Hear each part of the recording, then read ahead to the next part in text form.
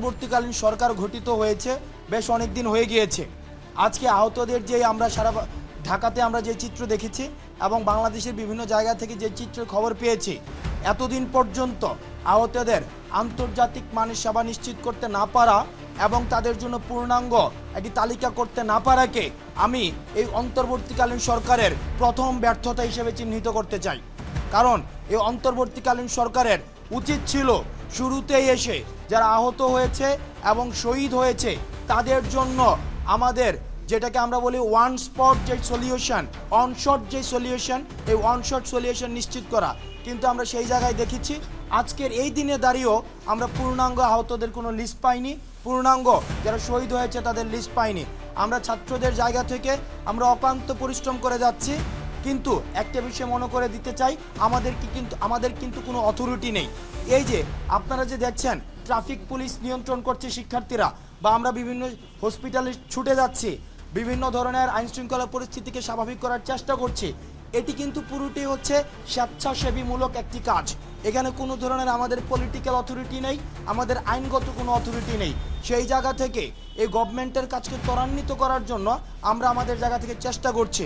কিন্তু এই অন্তর্বর্তীকালীন সরকারের যারা দায়িত্বপ্রাপ্ত রয়েছেন তাদের উচিত ছিল যত দ্রুত সম্ভব আহতদের পাশে দাঁড়ানোর ভিজিবল পদক্ষেপ নেওয়া, কিন্তু আমরা ভিজিবল কোনো পদক্ষেপ দেখিনি, যে কারণে আমরা অন্তর্বর্তীকালীন সরকারের স্বাস্থ্য বিভাগের আমরা নিন্দা জানাচ্ছি। আরেকটি বিষয়, সম্পূরক একটি বিষয়, সেটি হচ্ছে আমাদের এই যে সমন্বয়ক এবং সহ সমন্বয়ক নিয়ে বিভিন্ন ধরনের আলাপ আলোচনা হচ্ছে বিভিন্ন জায়গায়। আমরা স্পষ্ট করে বলতে চাই, আপনারা যারা গণমাধ্যম কর্মী রয়েছেন ঢাকা কেন্দ্রিক আমাদের বিভিন্ন যারা সমন্বয়ক এবং সহ সমন্বয়ক রয়েছেন, আপনারা দেখতে পাচ্ছেন তাদের কি সারাদিন কি অক্লান্ত পরিশ্রম করছে। আপনারা যদি দেখেন কেউ সমন্বয়ক এবং সহ সমন্বয়ক নামে বিশেষ কোনো সুযোগ সুবিধা কোথাও চাচ্ছে, আপনাদের সাথে বিশেষ কোনো সম্পর্ক তৈরি করার চেষ্টা করছে, বা সরকারের কোনো প্রশাসনে গিয়ে বিশেষ কোনো সুযোগ সুবিধা চাচ্ছে, আপনারা তাদের আইনের হাতে সোপর্দ করুন। কারণ আমাদের কোনো এজেন্সি নেই, লেজিটিমেসি নেই যে আমরা কোনো বিশেষ সুযোগ সুবিধা আমরা দাবি করব। এবং পরিশেষে আমরা অন্তর্বর্তীকালীন সরকারকে আমরা বলতে চাই, আপনারা আজকে অন্তর্বর্তীকালীন সরকার হয়েছেন এই আহত যারা হয়েছে, শহীদ যারা হয়েছে তাদের বিনিময়ে। সুতরাং অন্যান্য পলিসি রিফরমেশনের আগে, অন্যান্য পলিসি অ্যাডপশনের আগে আপনাদের প্রথম এবং প্রধান কাজ হচ্ছে তাদের বিষয়টি দ্রুততম সময়ের মধ্যে আপনার সমাধান করা এবং আহত পরিবারদের পাশে দাঁড়ানো। কারণ আমরা দেখেছি একমাত্র উপার্জনক্ষম ব্যক্তি উনি আহত হয়ে পড়ে আছেন বা নিহত হয়েছেন।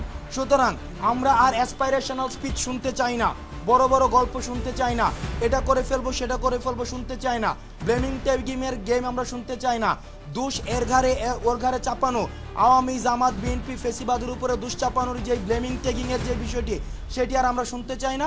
আমরা দৃশ্যমান পদক্ষেপ দেখতে চাই। আমরা দেখতে চাই আগামী 24 ঘন্টার মধ্যে স্বাস্থ্য মন্ত্রণালয় কী ধরনের পদক্ষেপ নেয়, এবং গণমাধ্যম কর্মী যারা রয়েছেন আপনারা স্বাস্থ্য মন্ত্রণালয়ের দায়িত্ব যারা রয়েছেন তাদেরকে 24 ঘন্টার মধ্যে তাদের দৃশ্যমান পদক্ষেপ সম্পর্কে আপনারা তাদেরকে প্রশ্ন করুন, এবং জনগণের প্রশ্ন তাদের কাছে তাদেরকে করে তাদেরকে জবাবদিহিতার আওতায় নিয়ে আসুন।